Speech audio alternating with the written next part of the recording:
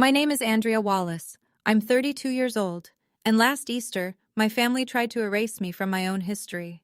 I was sitting at the dinner table, the same table where my mother used to serve her famous sweet potato casserole, when my brother looked me dead in the eye and told me I was never really part of this family. He said, "Ask your mother why." My mother has been dead for 25 years. My dad dropped his fork. The whole room went silent. 18 people, forks frozen midair, napkins clutched in fists. And then my grandmother, the quietest woman at the table, 78 years old, bad knees, purse on her lap like always, stood up. She reached into that worn leather bag she's carried every single day for as long as I can remember, pulled out a yellowed envelope and said, "I've waited 25 years to show you this. Before I tell you what was inside that envelope, do me a favor, hit like and subscribe, but only if this story earns it, and drop your location and local time in the comments. I love knowing where you're listening from." Now let me take you back to March of last year, the week before Easter, when I got the phone call that started everything. I was sitting in my apartment in Richmond, reviewing structural plans for a bridge retrofit, when my phone buzzed. Dad's name on the screen. He doesn't call often, maybe twice a year. My birthday if Lorraine reminds him, and whenever there's a family announcement, he can't delegate to a group text. "Andrea, your stepmother and I want the whole family together for Easter this year." His voice had that particular flatness it gets when he's reading from a script someone else wrote. "Lorraine says we need to talk about the future of the house." The house. My mother's house. The one where Catherine Wallace planted tulips every March, read me stories in the upstairs den, and marked my height on the kitchen door frame with a pencil and a tiny star. I hadn't been back since Thanksgiving, when Lorraine seated me at the far end of the table, next to the kitchen door, like hired help who'd wandered in from the wrong entrance. "Your grandmother Eleanor will be there too," Dad added. "She asked about you." That's what made me say yes. Not him, not the house. My grandmother. "One more thing," he said, and his tone shifted. Confused, almost apologetic. "Lorraine says to bring some form of identification, a driver's license or something. She says it's for some kind of paperwork." I set my pen down. "Paperwork? At Easter dinner?" "I don't know, sweetheart. She just said to bring it." After we hung up, I sat there for a long time, staring at the blueprints on my desk. I build things for a living. Bridges, overpasses, structures designed to bear enormous weight. I know what stress fractures look like before a collapse. And that phone call had fractures all through it. I should tell you about the house. It sits on a half-acre lot at the end of Birch Lane in Millfield, Virginia. A 2-story colonial revival with a wide front porch and blue shutters my grandfather Robert painted the summer before I was born. The kind of house where the screen door slaps shut behind you and the neighbors wave without slowing their cars. My mother, Catherine, loved that house the way some people love churches. She planted yellow tulips along the front walk every spring. She kept a reading nook in the upstairs den with a green velvet chair that smelled like her perfume, something with jasmine. And every few months she'd stand me against the kitchen doorframe, press a pencil flat on top of my head, and draw a small line. Then she'd add a star beside it. "That's how much you've grown," she'd tell me. "One star at a time." She died when I was 7. Lung cancer, caught too late. She never smoked a day in her life. After she was gone, Dad fell apart. Couldn't cook, couldn't get me to school on time, couldn't look at the tulips without sitting on the porch steps and pressing his palms into his eyes. Lorraine Pruitt showed up about a year and a half later. A friend of a friend from Dad's office. She brought casseroles. She organized the pantry. She told Dad he didn't have to do everything alone. Within 6 months, she'd moved in. Within a year, she and Dad were married. She brought Tyler, her 4-year-old son. And slowly, quietly, like someone rearranging furniture while you sleep, every trace of my mother began to disappear. The wedding photos came off the mantel. The jasmine perfume vanished from the den. The tulips got ripped out and replaced with white gravel. But the pencil marks on the kitchen doorframe, those stayed, because Lorraine never noticed them. I drove 2 hours from Richmond on Easter Sunday, windows down, rehearsing what I'd say if the conversation about the house turned ugly. I had 3 versions: polite, firm, nuclear. I was hoping for polite. I was ready for firm. Pulling into Birch Lane, I counted the cars in the driveway. Tyler's black BMW, brand new, no idea who paid for it. Lorraine's white SUV. Aunt Ruth's sensible Honda. And Grandma Eleanor's ancient tan sedan, parked crooked because she refuses to let anyone else drive her. There were other cars too, more than usual. A silver pickup I recognized as Uncle Frank's. A red minivan from one of the cousins. 2 or 3 others I didn't know at all. Lorraine had packed the guest list. She wants an audience, I thought. I didn't know yet how right I was. Lorraine met me at the front door with one of her performance hugs, arms wide, voice pitched high enough for the living room to hear. "Andrea, it's been so long since you visited. We've missed you so much." Tyler was on the couch, phone in hand. He didn't stand up, didn't even look up. I scanned the dining room as I walked through. The long oak table was set for 18. Lorraine's good china. Easter lilies in a glass vase. And next to Lorraine's seat, a manila folder, thick with papers, sitting right beside her water glass. Grandma Eleanor was in the wingback chair by the window, her old brown leather purse resting on her lap. She reached out and caught my hand as I passed. "Sit beside me tonight," she said quietly. Just that. Nothing else. From the kitchen, I heard Lorraine say to Dad, just loud enough to carry, "You remember what you need to say, right?" Dad swallowed. Nodded. The screen door slapped shut behind the last cousin to arrive, and Lorraine called everyone to the table. Lorraine had arranged the seating like a general positions troops. Tyler sat at Dad's right hand, the spot my mother used to occupy. I was at the far end again, between the kitchen doorway and an empty chair no one claimed. Grandma Eleanor had been placed somewhere in the middle, but she picked up her plate and moved it directly across from Dad before Lorraine could object. Aunt Ruth caught my eye from 3 seats down. She gave me a look I recognized, the one she uses in court depositions. "Stay sharp." The food came out: Easter ham, deviled eggs, green bean casserole, rolls from the bakery on Main Street. Lorraine carried the ham platter herself, accepting compliments as she set it down. "I was up at 5 this morning getting everything ready," she said, smiling at Uncle Frank's wife, Helen. "Nobody appreciates how much work goes into this." Nobody mentioned Catherine. Nobody ever does at these dinners. My mother's name hasn't been spoken at this table since roughly 2003. Lorraine steered the small talk the way she steers everything, with a light hand and an iron grip underneath. "Tyler has the most exciting news," she announced, touching his shoulder. "He's been offered a wonderful business opportunity. Tell them, sweetheart." Tyler leaned back, grinning. "Big things coming. Can't say too much yet, but it's going to change everything." I ate my ham in silence. Dad sat at the head of the table and stared at his plate like it owed him money. He hadn't looked at me once since I'd arrived. 20 minutes into the meal, I saw Tyler lean toward Lorraine. His lips moved. I read 2 words.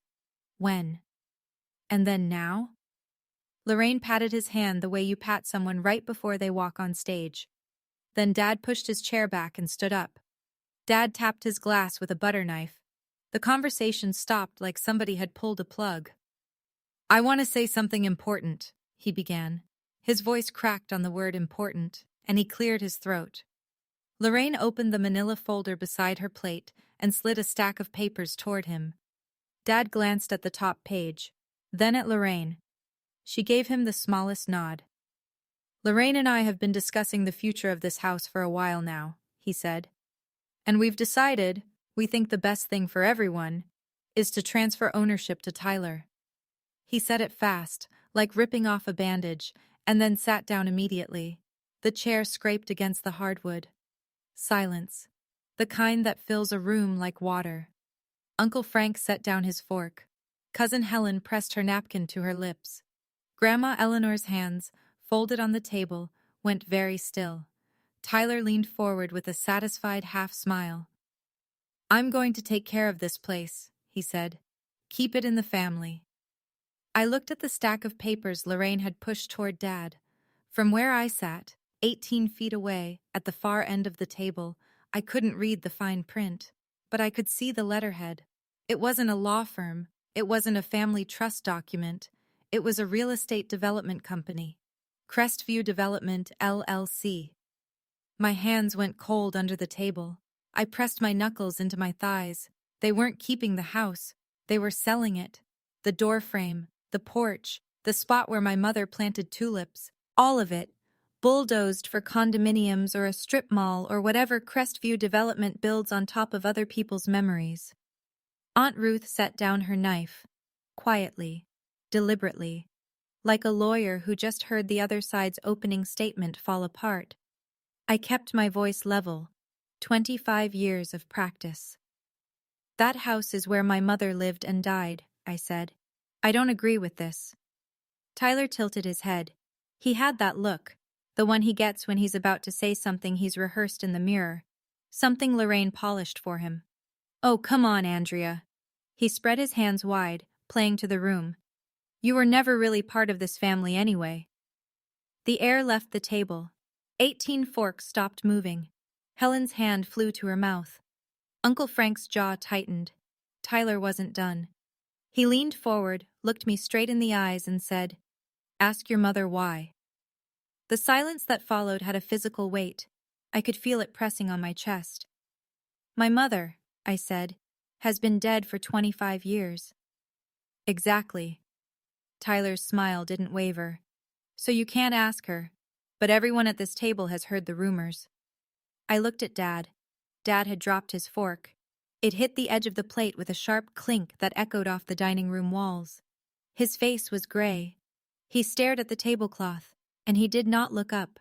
He did not tell Tyler to stop. He did not say a single word. Lorraine sat perfectly still, her expression arranged into something meant to pass for sympathy. But I saw the corner of her mouth, the faintest twitch, like she'd been waiting for this moment the way a director waits for the final curtain. Margaret Holloway, my mother's oldest friend, seated near the end of the table because Grandma Eleanor had insisted she come, turned red from the collar up. Her mouth opened. But before Margaret could speak, a chair scraped the floor at the center of the table. Grandma Eleanor placed both palms flat on the oak, pushed herself up, and stood. I need to pause here for a second, because I know some of you, maybe a lot of you, have sat at a table like that, where someone used your own mother's name as a weapon, and you had to decide right there, in front of everyone, whether to flip the table or let the truth do the work. If that's you, hit subscribe. Not because I'm asking, but because what my grandmother did next is the reason I'm telling you this story at all. Let's keep going. My grandmother is 78 years old. She has arthritis in both knees and a steel rod in her left hip from a fall 6 years ago. Standing up from a chair is not a casual act for her. When Eleanor Wallace stands, she means it. She opened the brown leather purse, the same purse she's carried every day for as long as I've been alive. I'd seen her hold it at Thanksgiving, at Christmas, at my college graduation, where she sat in the back row because Lorraine had filled the family seats with Tyler's friends. That purse went everywhere with her, and sometimes, late at night when we'd sit on her screened porch drinking sweet tea, I'd see her run her thumb along something inside it. A piece of paper, an edge of something she never showed me. Now she pulled it out. A yellowed envelope, soft at the creases from years of handling. She set it on the table between the deviled eggs and the breadbasket. I have waited 25 years to show you this. Her voice was steady. No tremor, no drama, just the plain tone of a woman who has been patient long enough. Lorraine shifted in her chair. Eleanor, this is between Douglas and me. No. Grandma didn't raise her voice. She didn't need to. This is between me and the truth. She looked at Tyler, held his gaze until his smirk faded. You just told Andrea she doesn't belong in this family. You told her to ask her mother why. She paused. Let the words settle across all 18 faces at the table. Catherine can't answer, so I will. She unsealed the envelope. The glue gave way like it had been waiting, and drew out a folded sheet of paper. A lab report. Official letterhead. Dated August 14th, 2001. Tyler's smirk was gone. In its place, something that looked a lot like the first flicker of panic. In 2001, Grandma Eleanor said, 1 year after Catherine died, my son started hearing from someone in this house that Andrea might not be his biological daughter. She didn't look at Lorraine when she said it. She didn't need to. Every head at the table turned toward Lorraine on its own. I took Andrea to our family doctor myself. With his guidance, I arranged a paternity test. Andrea was 6 years old. She thought we were getting flu shots. Grandma unfolded the lab report and held it up so the table could see the header. Probability of paternity, 99.998%. She set the paper down flat. Andrea Wallace is the biological daughter of Douglas Wallace. She always has been. Uncle Frank exhaled hard, like he'd been holding his breath. Helen pressed both hands over her mouth. Two of the cousins exchanged a look that said everything. Tyler grabbed the edge of the table. That's from 2001. That's ancient. It doesn't... Aunt Ruth's voice cut through clean and calm. DNA doesn't have an expiration date, Tyler. I looked at my father. Dad's eyes were red. He was staring at the lab report like it was a mirror showing him every wrong turn he'd taken for a quarter century. Dad, my voice came out quieter than I expected. Did you know? Or did you just suspect? He opened his mouth, closed it, tried again. I didn't know who to believe. But you chose who to believe, I said. You know that, right? He said nothing. His hands lay flat on the table, palms down, fingers spread, as if the oak was the only thing keeping him from sliding under. From the end of the table, Margaret Holloway stood up. Her voice shook, but her words didn't. Catherine never betrayed Douglas. I was her closest friend for 20 years. Anyone who says otherwise is lying. Grandma Eleanor reached into the envelope again. And that isn't all. The second document was older than the first. Heavier paper, county seal embossed in the corner. Grandma Eleanor laid it beside the DNA report with the care of someone placing flowers on a grave. This is the deed to this house, she said, recorded in 1985.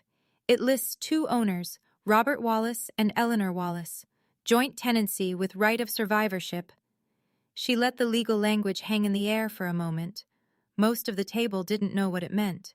Aunt Ruth did. I saw her close her eyes briefly, the way she does when a case turns in her favor. When Robert passed in 2012, Grandma continued, full ownership transferred to me, automatically. I never signed it over to Douglas. I never signed it over to anyone. Lorraine's face went white, actual white. Not the flushed pink of anger, but the bloodless pale of someone who just heard the floor crack beneath them. That's old paperwork, she stammered. Douglas has lived here for 30 years. Ruth spoke, measured, professional, the same tone she uses in depositions. Living in a house doesn't mean you own it. The deed was never transferred. I pulled the county records myself last month. Eleanor Wallace is the sole legal owner of this property. Tyler's chair scraped backward. You're saying this house isn't Dad's? This house is mine, Grandma Eleanor said.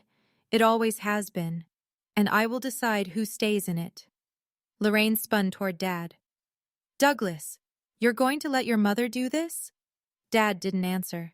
He was still looking at the DNA report, at 25 years of doubt laid out in black ink on a single page. Eleanor turned to me. Her voice softened for the first time all evening. I had planned to leave this house to you in my will, Andrea, but I don't think I should have to die for the right thing to happen. The Easter ham sat untouched in the center of the table. Nobody was eating anymore. Lorraine did what Lorraine always does when the ground shifts beneath her. She cried. She covered her face with both hands, and her shoulders began to shake. The tears came fast and loud, the kind designed to fill a room, to pull focus, to make everyone forget who said what 30 seconds ago. I gave 25 years to this family, she said through her fingers. I cooked, I cleaned, I raised Tyler and Andrea under the same roof. And now you want to throw me out of my own home? A few of the cousins shifted in their seats. Uncle Frank's wife, Helen, bit her lower lip. Lorraine was good at this. She'd had a quarter-century of practice at turning herself into the injured party the moment someone held a mirror up to her. Tyler backed her immediately. Mom sacrificed everything for this family. Everything. Margaret Holloway didn't move. She just said calmly, "Lorraine, I watched you replace every photograph of Catherine in this house. One frame at a time. You call that sacrifice?" Lorraine dropped her hands. Her eyes were dry. I noticed it. Aunt Ruth noticed it. Grandma Eleanor had never stopped noticing. I was building a new home for a new family. A new family, Grandma Eleanor repeated, built on a lie about my dead daughter-in-law. The table went still again. The cousins who'd been wavering, the ones Lorraine's tears almost reached, pulled back. You could see it happen in real time. Heads turning, eyes narrowing, postures shifting away from Lorraine like a tide retreating. One of the older cousins spoke up from the far side. "Hold on, what about the developer? What was that folder about?" Lorraine's hand moved instinctively toward the manila folder, but Aunt Ruth was closer, and faster. Ruth opened the folder with the calm efficiency of a woman who reads contracts for a living. She didn't ask permission. She didn't need it.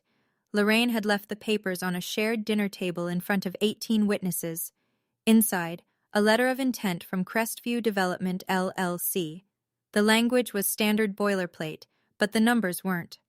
An offer to purchase the house and the half-acre lot for $485,000, roughly triple what the property had been worth 5 years ago, before the county approved the rezoning. "Tyler Wallace signed this," Ruth said, turning the page so the table could see the signature line. "As anticipated owner." Uncle Frank leaned forward. "Anticipated owner? He doesn't own anything." "Correct." Ruth set the letter flat on the table. "Tyler signed a letter of intent to sell a property he has no legal claim to. He represented himself to a developer as someone who would hold the title. That's misrepresentation." She looked at Lorraine. "Someone told Crestview that Tyler would be receiving this house. Who was it?" Lorraine said nothing. Her jaw was locked.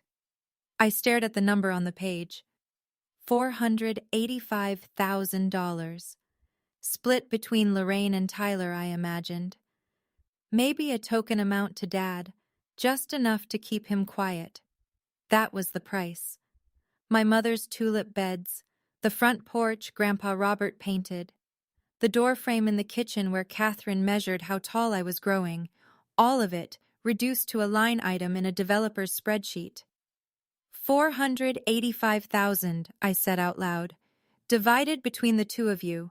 That's the number you put on my mother's memory." Tyler opened his mouth and closed it. For once, he had nothing rehearsed. Lorraine stared straight ahead.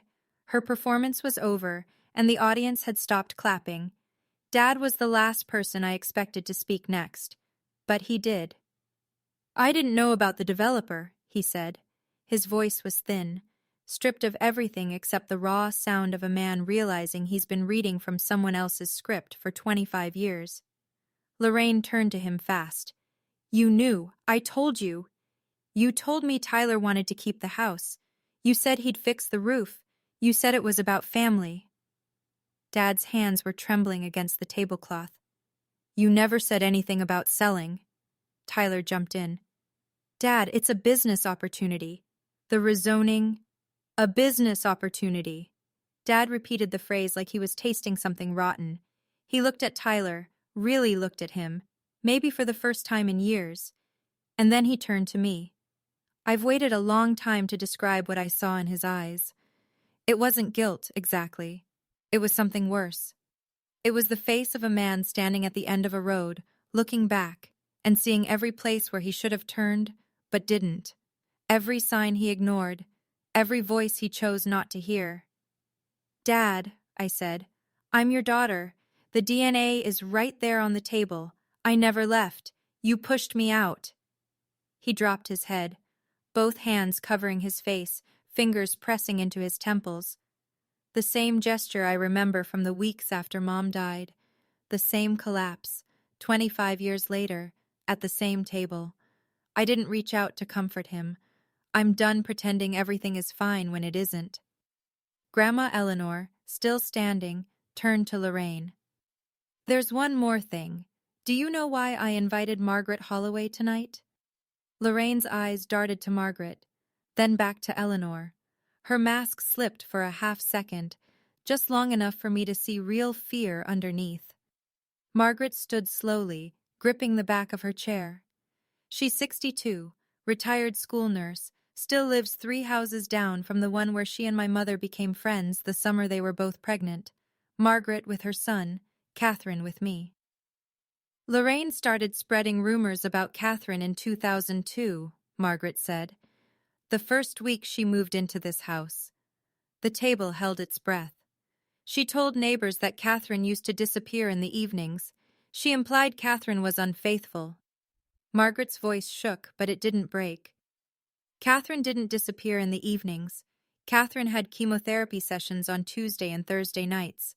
She went at night because she wanted to be home with Andrea during the day. Helen gasped softly. One of the cousins pressed a hand to her chest. I know this, Margaret continued, because I drove Catherine to every appointment. I sat in the infusion room beside her, for 8 months, every Tuesday and Thursday. She looked at Lorraine. Catherine didn't betray anyone. The only thing she was guilty of was believing she'd live long enough to protect her daughter. Lorraine shook her head rapidly. Margaret, you're being emotional.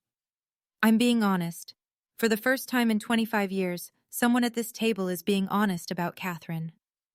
I sat very still. My hands were shaking under the table, and I pressed them flat against my thighs to stop the trembling. I was not going to cry. Not here. Not in front of Lorraine. But something broke open in my chest. A grief I didn't know I was still carrying. My mother had been dying, and fighting to stay present for me, and someone had used those exact nights, those chemo nights, to build a lie that lasted a quarter century. Mom knew. I'm sure of it now. She knew Lorraine was circling. She just didn't have enough time or enough strength to fight both cancer and a con artist. Lorraine switched tactics the way a cornered animal switches direction. Fast, desperate, and all teeth. Andrea, she stood up.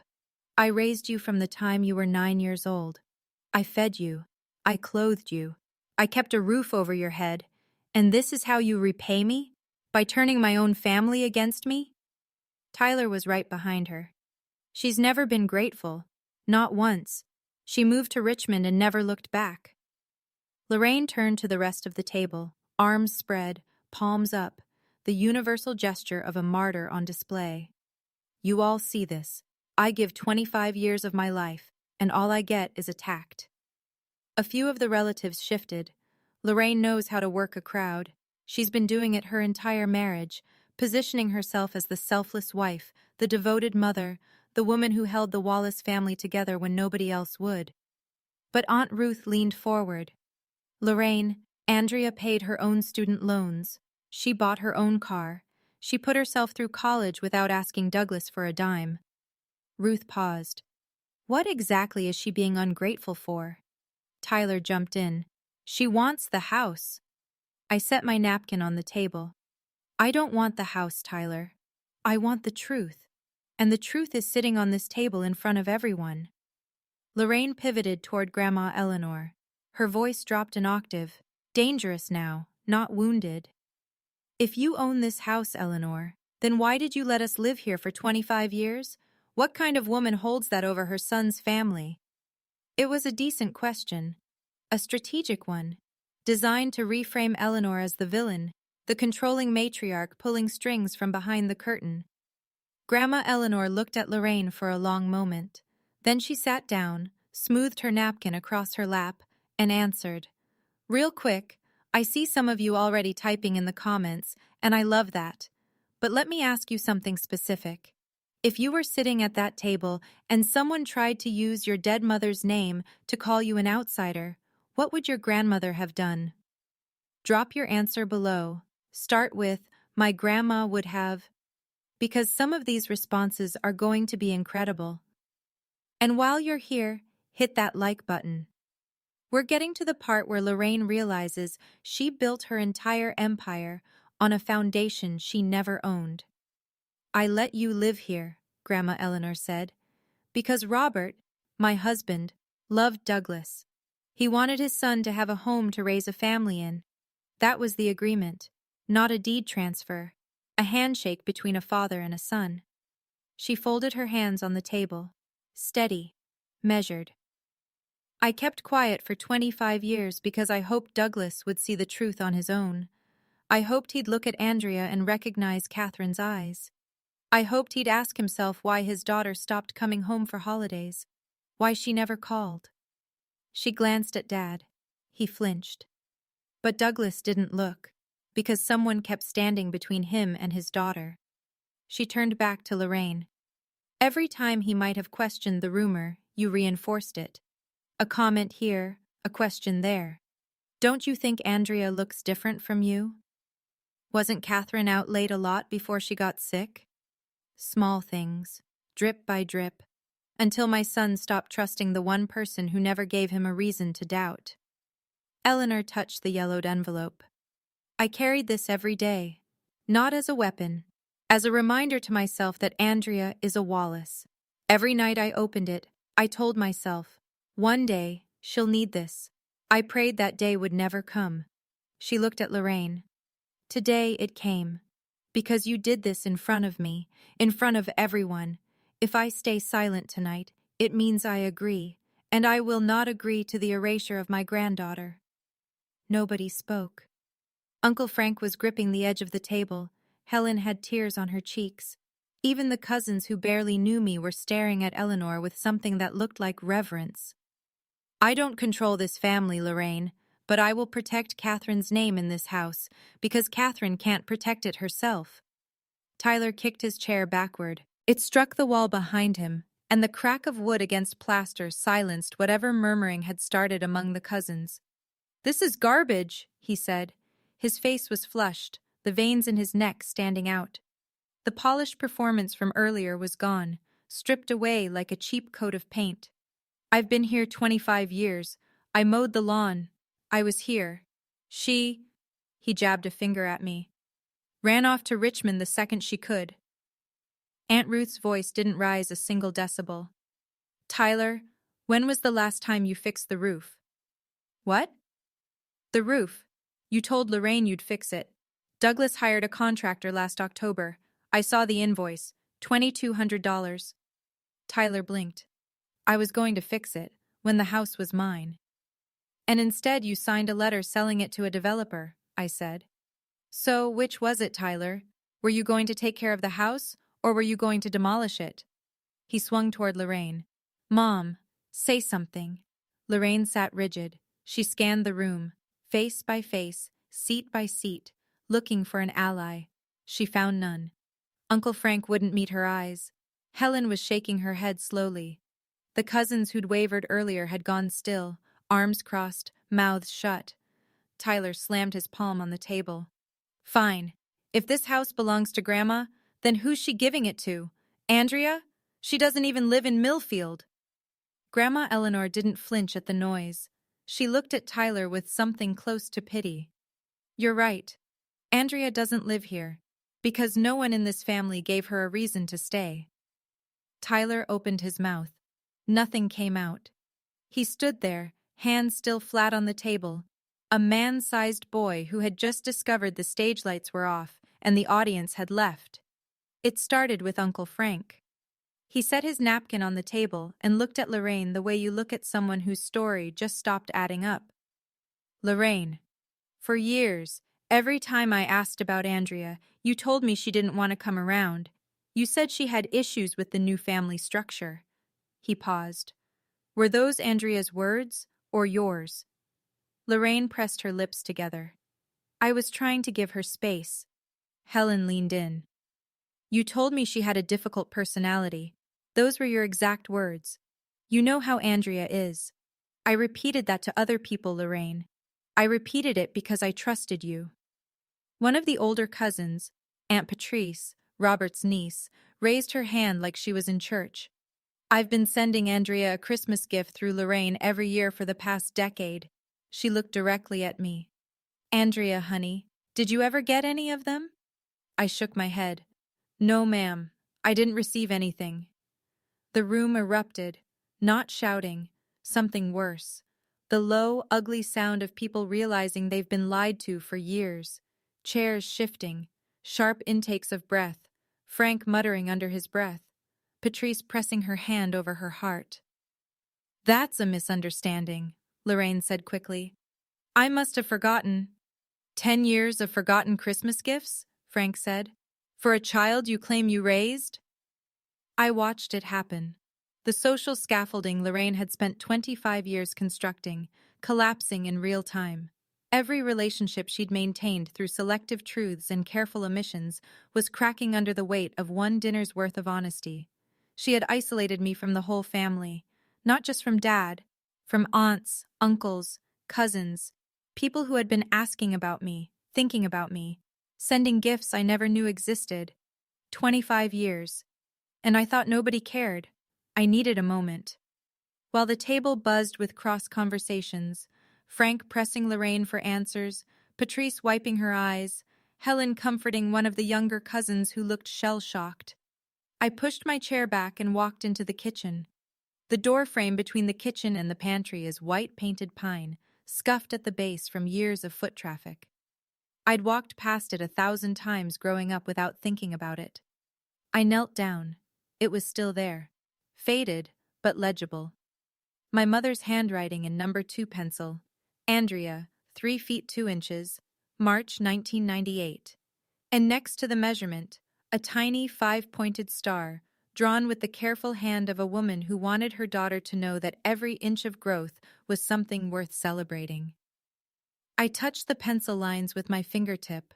The graphite was smooth. 28 years, and the marks held. Footsteps behind me. Slow, careful, the particular rhythm of someone with a steel hip and arthritic knees. Grandma Eleanor rested her hand on my shoulder. She didn't say anything at first. She just stood there, looking at the same marks I was looking at. I check every time I visit, she said quietly, to make sure they're still there. I understood then. The purse she carried everywhere, the envelope, the visits where she'd drift into the kitchen alone for a minute or two. She'd been standing guard over this doorframe for years, over the DNA results, over the deed, all of it. A quiet, stubborn watch that nobody else knew about. Grandma, I said, I want to keep this house, not for the money, because Mom is still here. She squeezed my shoulder. I know, sweetheart. Then she told me something that cracked me wide open. Catherine said something to me before she passed. She said, Mom, keep the house for my girl. Don't let anyone erase it. She'd called my grandmother Mom, because that's who Eleanor was to her. I walked back into the dining room and stood at the head of the table. Lorraine's end. The spot she'd claimed every holiday for 25 years. The seat closest to the kitchen so she could control the flow of food and conversation and narrative. I didn't sit down. I stood. And for the first time in my life, every person at that table was looking at me. I want to be clear about a few things. My voice was steady. I had not rehearsed this. I didn't need to. First, I am the biological daughter of Douglas Wallace. A DNA test conducted in 2001 confirms it. That document is on this table. I looked at Tyler. He was leaning against the wall near his toppled chair. Second, this house is legally owned by Eleanor Wallace. The deed has never been transferred. That document is also on this table. I looked at Lorraine. Third, Tyler signed a letter of intent to sell this property to a developer for $485,000, representing himself as the anticipated owner. He isn't. That letter is on this table too. Then I took a breath. I didn't come here for revenge. I came because my father invited me. But I'm not going to leave without the truth. And the truth is now in front of all of you. I turned to Dad. I'm not angry at you, Dad. I'm disappointed. But I'm still your daughter. That doesn't change because someone wanted it to. I turned to Lorraine. I won't call you my mother, I never have. But I won't call you my enemy either. I'll just call you the person I once trusted. I turned to Tyler. If you want to sue, sue. But I'd talk to a lawyer first, one who isn't Aunt Ruth. Then I straightened up. Grandma Eleanor and I will discuss the future of this house privately. This dinner is over. I picked up my plate, carried it to the kitchen, and set it in the sink beside the doorframe where my mother's pencil marks still held. The guests filtered out in twos and threes. No one lingered the way people usually do after Easter dinner. No second helpings, no coffee on the porch, no promises to do this again soon. Lorraine stood at the front door accepting stiff goodbyes from people who couldn't look her in the eye. I was putting on my jacket in the hallway when I heard them, Lorraine and Dad, behind the closed door of the study. I wasn't eavesdropping. I was passing through. But the walls in that house are thin, and Lorraine's voice carries when she wants it to. You have to talk to your mother, Douglas. She's old. Someone is influencing her. Andrea is manipulating her to steal the house from us. Andrea didn't manipulate anyone. Dad's voice was different, harder, like a man testing his own spine for the first time in decades. She didn't even know about the deed until tonight. But you're not going to let your mother throw me out? I'm your wife. 25 years, Douglas. 25 years, Dad repeated, and you told me my daughter wasn't mine. A silence. I never said that. Lorraine's pitch dropped, careful, precise. I just asked questions. You asked questions every single day for 25 years, Lorraine. That's not asking, that's answering. I stepped away from the door. I didn't want to hear the rest. I'd heard enough, more than enough, and the part of me that once needed my father to say the right thing had finally stopped waiting for it. But I'd be lying if I said it didn't matter. Hearing him push back against her, even once, even late, it landed somewhere in my chest. Not forgiveness. Something smaller. A crack where light might eventually get through. I walked out to my car. Grandma Eleanor was already in her sedan, engine idling. She rolled down the window. Tuesday, she said. I'll call Ruth. We'll get the paperwork started. Ruth filed the cease and desist letter to Crestview Development on Wednesday. By Thursday afternoon, the developer's attorney had responded. They were withdrawing the letter of intent entirely. No lawsuit, no negotiation. Tyler Wallace had misrepresented his ownership, and Crestview wanted nothing to do with the liability. Tyler's $485,000 deal evaporated in 48 hours. The following week, Grandma Eleanor signed a quitclaim deed transferring full ownership of the house to me. Ruth handled the paperwork, filed it with the county recorder's office, and called me that evening to confirm. It's done, she said. Your name is on the deed, effective immediately. I sat in my Richmond apartment and stared at the document on my kitchen table. My name, Andrea Wallace, owner of the house at 14 Birch Lane, Millfield, Virginia. I didn't celebrate. I didn't post about it online. I just sat there for a very long time, thinking about a woman who planted tulips and drew stars on door frames and died before she could see what happened to either one.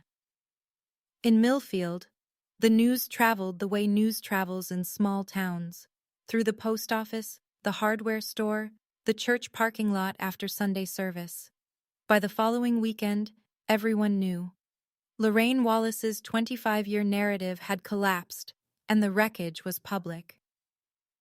Her friends from the Women's Auxiliary at Grace Lutheran quietly stopped calling. The invitations to book club and the Fall Bazaar Committee dried up. People are generous with second chances in small towns, but deliberate deception, the kind that spans a whole generation, crosses a line that casseroles can't fix. Tyler landed on a developer blacklist. Misrepresentation, even in a non-binding letter, has consequences in a small market. No one in Millfield or the surrounding counties would partner with him. My father called me 4 times that week. I didn't answer. 2 weeks after Easter, I drove to Millfield with a single key on a plain ring. Grandma Eleanor had pressed it into my hand the morning after the deed transfer. "The back door sticks," she'd told me. "Jiggle it left, then push." Lorraine and Tyler had moved out. Eleanor gave them 2 weeks. They took 11 days. Dad was still there, sleeping in the downstairs guest room, keeping to himself. I didn't know what to say to him yet, so I planned my first visit for a Saturday morning when he'd be at the hardware store. The house was quiet when I walked in, the kind of quiet that only happens when someone aggressive has finally left a space, like the air itself unclenched. I went straight to the kitchen, knelt at the doorframe. Andrea, 3 feet 2 inches, March 1998. The star, still there, untouched. Then I checked the coat closet under the stairs, the one Lorraine used for storage. Behind the vacuum and a stack of old tablecloths, I found a cardboard box I'd never seen before.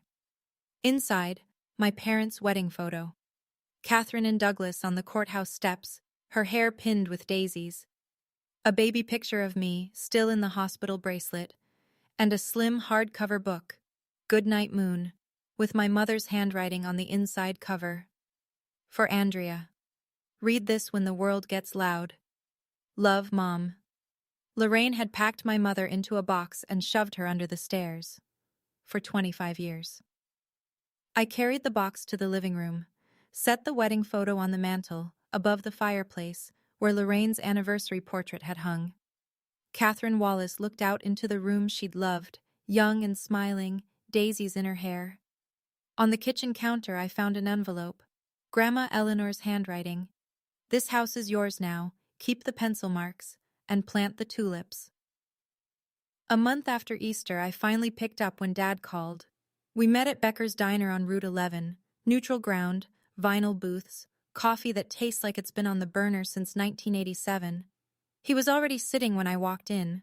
He looked smaller than I remembered, thinner, like the scaffolding Lorraine had built around him had been removed, and he didn't know how to hold himself up without it. "I'm sorry, Andrea." He said it before I'd even slid into the booth. "I know that's not enough." "It isn't," I said, "but I want to hear you say it anyway." He wrapped both hands around his coffee mug. Lorraine started early, right after she moved in. She'd say things, nothing big at first. "Doesn't Andrea look different from you?" "Catherine was always out in the evenings, wasn't she?" I told myself I didn't believe it, but she said it every day. Every single day, Andrea. And after a while, the question stopped sounding like a question. "You could have asked Grandma. You could have run a DNA test yourself." I was afraid of the answer. "You were more afraid of losing Lorraine than losing me." He didn't argue. His fingers tightened around the mug, and he stared into the coffee like the answer might be floating in there somewhere. "I can't undo 25 years, he said. "No, you can't." I set my hands flat on the table. "I don't need your apology to keep going, Dad. I've been going without one for a long time. But if you want to know your daughter, your actual daughter, you start over. From the beginning. You show up when you say you will. You call when you say you'll call. And you never, ever let someone else tell you who I am." He nodded. It was shaky, and it was small. And it was the first honest thing he'd done at a table in a very long time. I heard the rest through Aunt Ruth, who hears everything through county records, church gossip, and the quiet efficiency of a woman who's been practicing law in the same town for 26 years. Lorraine rented a 1-bedroom apartment in Staunton, 30 minutes east. Douglas signed separation papers, not a full divorce, not yet, but a legal line drawn down the middle of a marriage that had been running on fumes and fabrication. She kept calling him. Every few days, a new angle. She was lonely. She was sorry. She needed him. He couldn't survive without her. Douglas stopped picking up. Tyler left Virginia entirely. Moved to Columbus, Ohio. Took a sales position at a company that manufactures industrial shelving. No BMW anymore. He'd leased it, and the payments had been coming from a joint account Lorraine shared with Dad. That account was frozen the week Ruth filed the separation papers. Lorraine lost her seat on the Grace Lutheran Women's Auxiliary. Nobody asked her to resign. They just stopped adding her name to the email chain. In a small town, that's the equivalent of a public sentencing. I didn't track any of this on purpose. I didn't need Lorraine to suffer to feel whole. Her consequences were hers. The natural result of building a life on a foundation of lies and then losing the deed to the ground beneath it. She sent me one text message 6 weeks after Easter. "You tore this family apart." I read it, deleted it, didn't reply. There was a time when that message would have gutted me, when I would have stared at the screen for hours, wondering if she was right, wondering if keeping the truth quiet would have been the kinder thing. But kindness that requires you to accept your own erasure isn't kindness. It's compliance. I put my phone down and went out to the porch to water the tulip bulbs I'd just planted. I started working on the house in May. Weekends only. I'd drive down from Richmond on Friday evening, work Saturday and Sunday, and head back before dark. The bones were good. Grandpa Robert built things to last, and the structure hadn't changed much in 40 years. What needed fixing was cosmetic, and most of it was reversal, putting back what Lorraine had removed. I painted the porch trim the same blue Grandpa had used. I found the original color on a paint chip tucked inside his workshop journal in the garage. I left the front door as it was, but I painted around the smudge near the bottom, a faded streak of pink from when I was 5 and Mom let me help. That smudge stays. I dug out the white gravel Lorraine had laid over the front flower beds and turned the soil. Planted yellow tulips, the same Dutch variety Mom used to order from a catalog every fall. Margaret Holloway brought over a flat of them from the nursery in Waynesboro. "Catherine's favorites," she said. "Emperor tulips. They come back every year if you leave them alone." I hung photographs.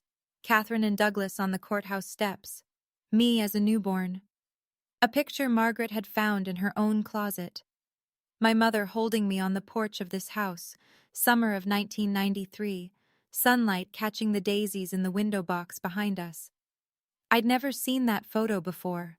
I framed it and hung it next to the kitchen door frame, where the pencil marks are. One Saturday in late June, Dad showed up with a ladder and a box of shingles. He didn't ask if he was welcome. He just started patching the south-facing section of the roof that had been leaking since winter. I brought him a glass of water. He drank it. We didn't talk much, but he was there. And for now, that counted. In July, I set a table on the front porch. Nothing fancy. A folding table from the garage. A checkered cloth Margaret lent me.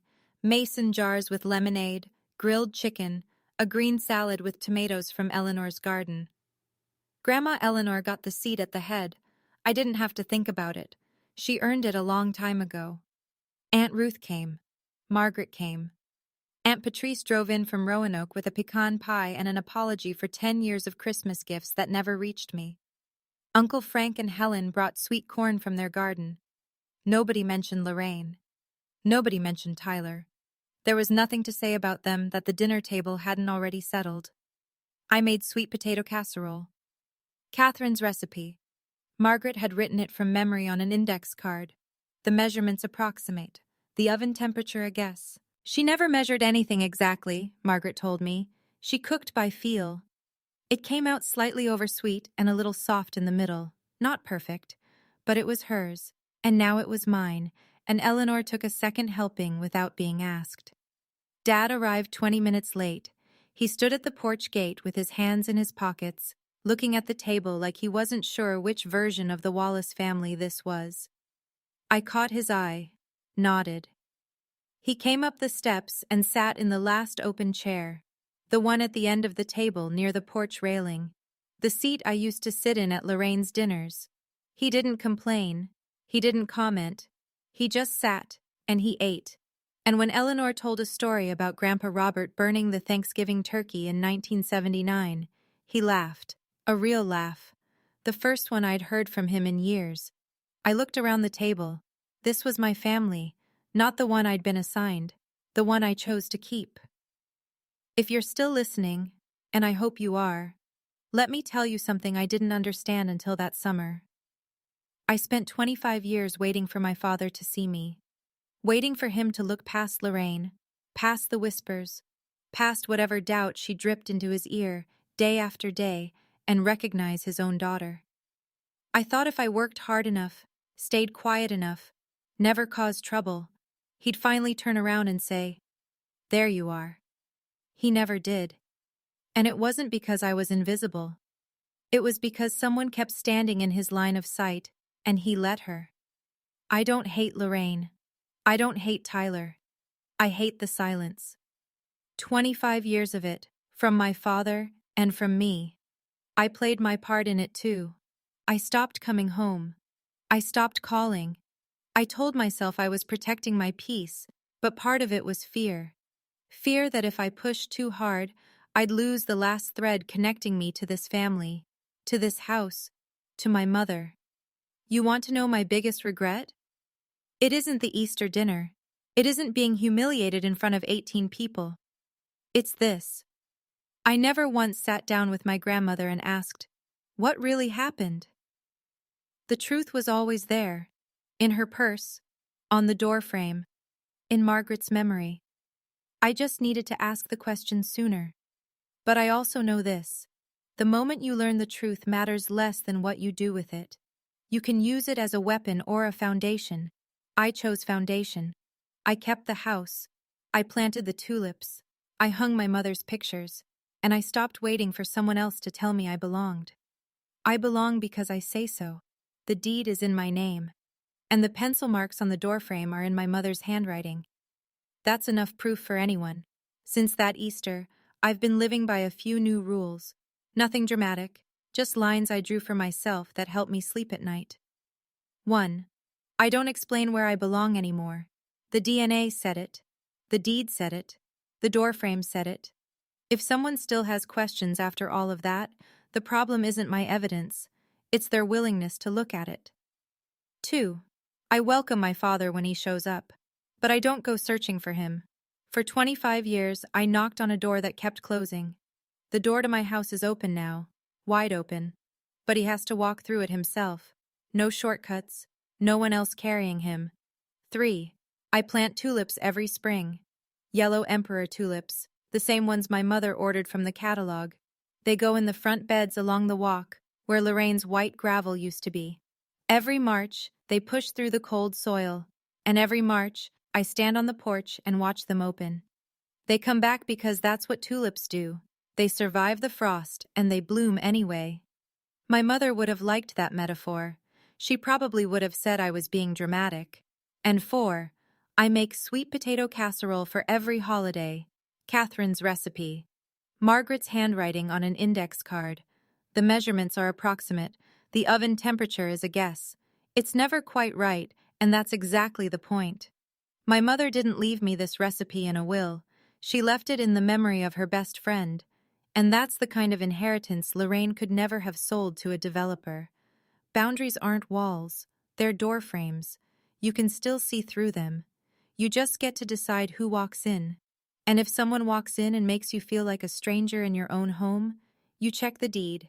Make sure your name is on it. Then ask them to leave. It's March again. Almost Easter. The tulips along the front walk are just starting to push through.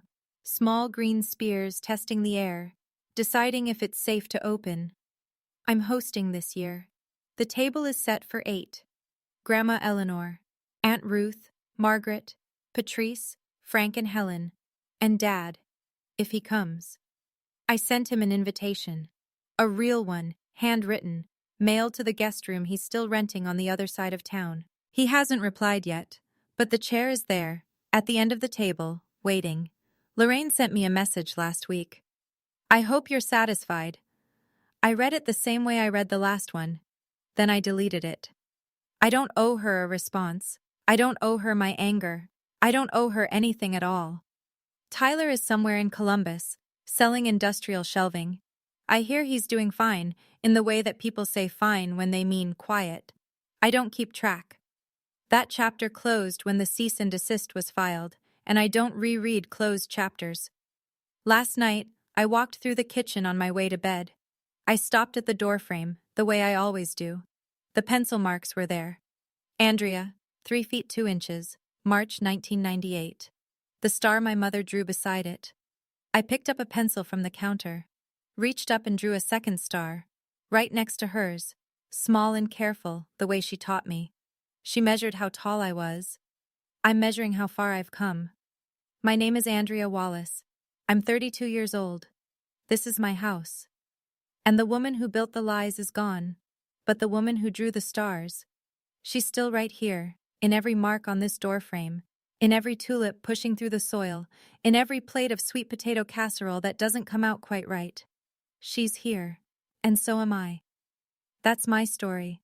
And if it hit close to home, if you've ever sat at a table where your own family made you feel like a guest in your own life, I want to hear about it. Drop a comment below. My boundary moment was, because I believe every woman who draws a line gives permission to the next one. If you want more stories like this, check the description. I've linked a few that'll keep you up past your bedtime. Hit subscribe if you haven't already. Share this with someone who needs to hear it tonight.